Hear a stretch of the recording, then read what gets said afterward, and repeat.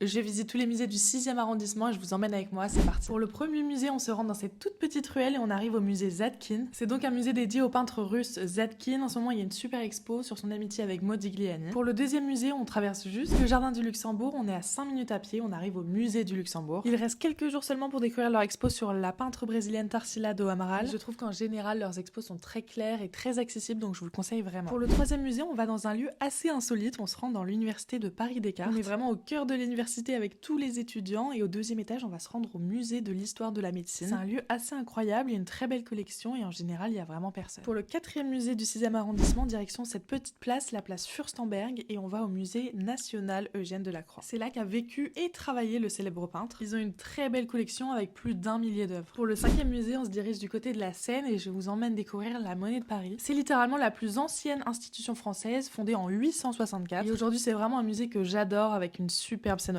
Et pour le dernier musée du 6e arrondissement, on se rend à l'école des mines. C'est une école qui forme les ingénieurs à Paris, une des plus prestigieuses de France. Le musée est très peu fréquenté alors qu'il est absolument sublime, donc je vous le conseille vraiment. J'ai fini le tour du 6e sous la pluie battante, mais dites-moi en commentaire quel arrondissement on fait la prochaine fois.